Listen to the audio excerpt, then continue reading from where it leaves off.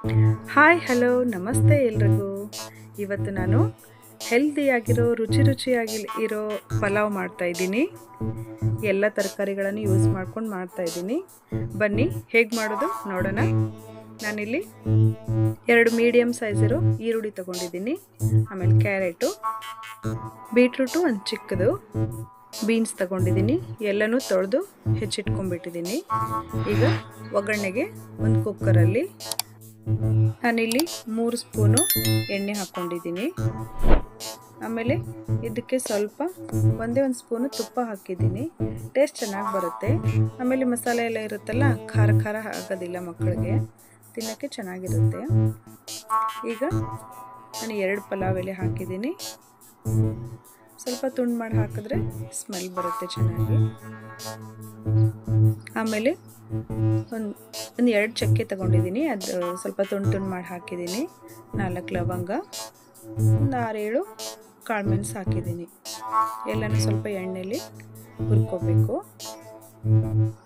ಹುರಿದಾದ ನಂತರ ನಾನಿಲ್ಲಿ ಕರಿಬೇವು ಹಾಕಿದ್ದೀನಿ. ಒಂದು ಫುಲ್ ಎಸಳು ಹಾಕಿದ್ರೆ ಸಾಕು. ಚೆನ್ನಾಗಿ ಹುರ್ಕೊಂಡು ಇದಕ್ಕೆ ಈಗ ಈರುಳ್ಳಿ ಹಾಕೋಣ. ಈರುಳ್ಳಿ ಎಲ್ಲನೂ ಹಾಕಿಬಿಟ್ಟು ಚೆನ್ನಾಗಿ ಹುರಿಬೇಕು. ಹುರಿದಾದ್ಮೇಲೆ 1 ಸ್ಪೂನು ಶುಂಠಿ ಬೆಳ್ಳುಳ್ಳಿ ಪೇಸ್ಟ್ ಹಾಕಿದ್ದೀನಿ. ಸ್ವಲ್ಪ ಎಲ್ಲ ಸಣ್ಣಗೆ ಜಜ್ಜಿಟ್ಕೊಂಡ್ರೆ ಸಾಕಾಗುತ್ತೆ ಅಷ್ಟು. ಈರುಳ್ಳಿ ಸ್ವಲ್ಪ ಕೆಂಬಣ್ಣ ಬರೋವರೆಗೂ ಹುರಿದಿದ್ದೀನಿ. ನಂತರ ಒಂದು ಚಿಕ್ಕ ಬಟ್ಲು ಶೇಂಗಾ ಕಡಲೆ ಬೀಜನ ಹುರಿದು ಬೇಳೆ ಮಾಡಿ ಇಟ್ಕೊಂಡಿದ್ದೆ. ಅದನ್ನು ಸ್ವಲ್ಪ ಹಾಕ್ತಾಯಿದ್ದೀನಿ. ಬಾಯಿಗೆ ಸಿಕ್ಕಿದ್ರೆ ಒಂಥರ ಚೆನ್ನಾಗಿರುತ್ತೆ ಕಡಲೆ ಬೀಜ, ಹಾಗಾಗಿ ಹಾಕಿದ್ದೀನಿ. ಈಗ ನಾನಿಲ್ಲಿ 1 ಟೊಮೆಟೊ ಹಾಕಿದ್ದೀನಿ. ಟೊಮೆಟೊನು ಚೆನ್ನಾಗಿ ಹುರಿಬೇಕು. ಟೊಮೆಟೊ ಸ್ವಲ್ಪ ಹುರಿದಾದ್ಮೇಲೆ ಎಲ್ಲ ತರಕಾರಿಗಳನ್ನು ನಾವು ಸೇರಿಸ್ಕೊಳ್ಳೋಣ. ಮೊದಲಿಗೆ ನಾನಿಲ್ಲಿ ಬೀನ್ಸ್ ಹಾಕಿದ್ದೀನಿ. ಬೀನ್ಸ್ ಹಾಕಿ ಸ್ವಲ್ಪ ಹುರಿದ ಮೇಲೆ ಕ್ಯಾರೆಟ್ ಹಾಕಬೇಕು.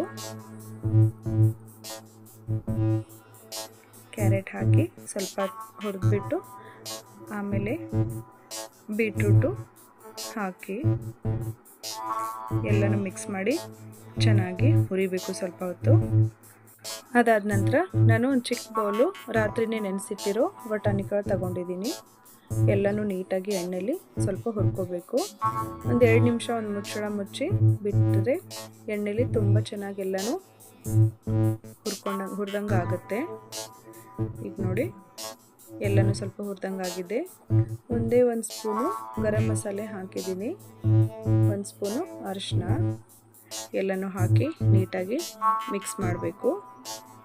ಎಲ್ಲನೂ ನೀಟಾಗಿ ಹುರಿದಾದ್ಮೇಲೆ ಇದಕ್ಕೆ ನೀರು ಹಾಕ್ಕೋಬೇಕು. ನಾವೆಷ್ಟು ಅಕ್ಕಿ ತಗೋತೀವೋ ಅದರ 2 ಪಟ್ಟು ನೀರು ಹಾಕಬೇಕು, ಅಂದರೆ ಚೆನ್ನಾಗಿ ಆಗುತ್ತೆ. ಈಗ ರುಚಿಗೆ ತಕ್ಕಷ್ಟು ಉಪ್ಪು ಸೇರಿಸೋಣ.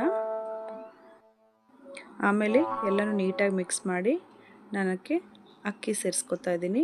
ಅಕ್ಕಿನ ತೊಳೆದು ನೀರು ಬಸಿದು ಹಾಕ್ಕೋಬೇಕು. ಆಮೇಲೆ ಎಲ್ಲನೂ ನೀಟಾಗಿ ಒಂದ್ಸರಿ ಮಿಕ್ಸ್ ಮಾಡಿ ಜೋರಾಗಿಟ್ಟು ಒಂದೇ ಒಂದು ವಿಸಿಲ್ ಹಾಕಿದ್ರೆ ಸಾಕು. ಕುದೀತಾ ಇದೆ. ನಾನು ಈಗಲೇ ಕೊತ್ತಂಬರಿ ಸೊಪ್ಪು ಹಾಕ್ಬಿಡ್ತಾ ಇದ್ದೀನಿ. ಆಮೇಲೆ ಮುಚ್ಚಳ ಮುಚ್ಚಿ ಒಂದು ವಿಸಿಲ್ ಹಾಕಿಸ್ಬೇಕು. ನೋಡಿ ರೆಡಿಯಾಗಿದೆ. ಈಗ ಇದರಲ್ಲಿ ನಾವು ಜಾಸ್ತಿ ಮಸಾಲೆ ಹಾಕಿಲ್ಲ, ಹಾಗಾಗಿ ಮಕ್ಕಳು ಕೂಡ ತಿನ್ಬೋದು. ತರಕಾರಿ ಎಲ್ಲ ಹೆಲ್ದಿಯಾಗಿರುತ್ತೆ. ನಿಮಗೆ ಪಲಾವ್ ಮಾಡಬೇಕು ಅಂತ ಅನಿಸಿದ್ರೆ ಪ್ಲೀಸ್ ನನ್ನ ವಿಡಿಯೋನ ಫಾಲೋ ಮಾಡಿ. ಇವತ್ತಿನ ನನ್ನ ರೆಸಿಪಿ ನಿಮಗೆ ಇಷ್ಟ ಆಗಿದ್ರೆ ಪ್ಲೀಸ್ ನನ್ನ ಚಾನಲ್ನ ಸಬ್ಸ್ಕ್ರೈಬ್ ಮಾಡಿ ಮತ್ತು ನಿಮ್ಮ ಫ್ರೆಂಡ್ಸ್ಗೆಲ್ಲ ಶೇರ್ ಮಾಡಿ. Thank you. ಬಾಯ್.